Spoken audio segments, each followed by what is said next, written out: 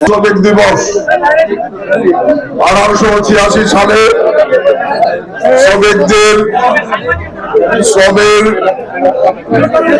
যথাযথ সময় নির্ধারণ এবং উপযুক্ত মজুরির দাবিতে আমেরিকার শিকাগো শহরে শ্রমিকদের যে আন্দোলন শুরু হয়েছিল, সেই আন্দোলনে অনেক শ্রমিক শহীদ হয়েছেন, অনেক শ্রমিকের রক্ত গিয়েছে, যার বিনিময়ে আমেরিকা সহ সারা বিশ্বে শ্রমিকদের ন্যায্য অধিকার প্রতিষ্ঠার যাত্রা শুরু হয়েছিল। শ্রমিকদের শ্রমের সময়সীমা এবং উপযুক্ত মজুরি নির্ধারিত হয়েছিল।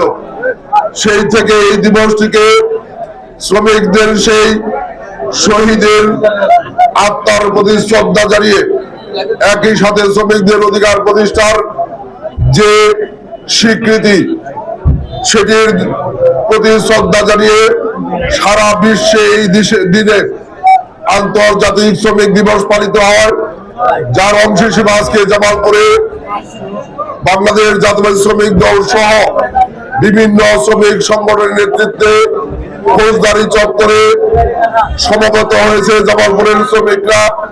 পরবর্তীতে জামালপুরের জেলা প্রশাসক, বিশেষ করে জেলা প্রশাসনের প্রতিনিধি এডিএম মহোদয়, অতিরিক্ত জেলা প্রশাসক সার্বিক মহোদয় এবং আমাদের শ্রম অধিদপ্তরের কর্মকর্তাদের নেতৃত্বে বিভিন্ন রাজনৈতিক নেতৃবৃন্দ এবং শ্রমিক নেতৃবৃন্দের নেতৃত্বে আজকের এই বিশাল র্যালি জেলা প্রশাসক কার্যালয়ে সমবেত হয়েছেন।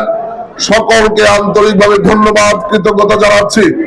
যাদের জীবনের বিনিময়ে শ্রমিকদের অধিকার প্রতিষ্ঠার যাত্রা শুরু হয়েছিল, তাদের আত্মার প্রতি শ্রদ্ধা নিবেদন করছি।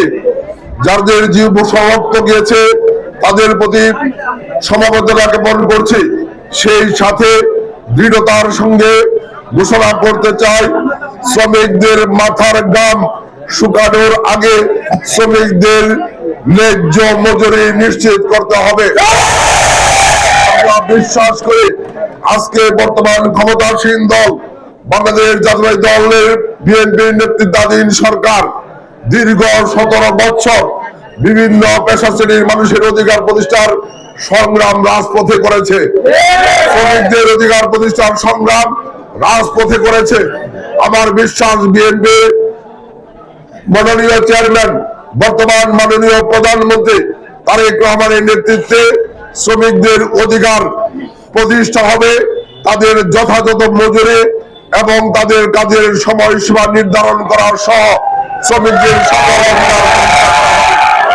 জামালপুরের জনগণের ভোটে নির্বাচিত প্রতিনিধি হিসাবে জামালপুরের সর্বস্তরের শ্রমিকদের পক্ষ থেকে মাননীয় প্রধানমন্ত্রীর কাছে আমরা সেই দাবি উত্থাপন করছি। জামালপুর শ্রমিক নেতৃবৃন্দ, প্রিয় ভাইরা, আমাদের রেলের কার্যক্রম এখানেই আমরা শেষ করছি। আপনারা জানেন জেলা প্রশাসন এবং আমাদের যে শ্রমিক অধিদপ্তর আছে, তাদের উদ্যোগে জেলা প্রশাসকের সম্মেলন কক্ষে একটি আলোচনা সভা আছে, যেখানে আসলে 70 থেকে 80 জনের বেশি বসার সুযোগ নাই।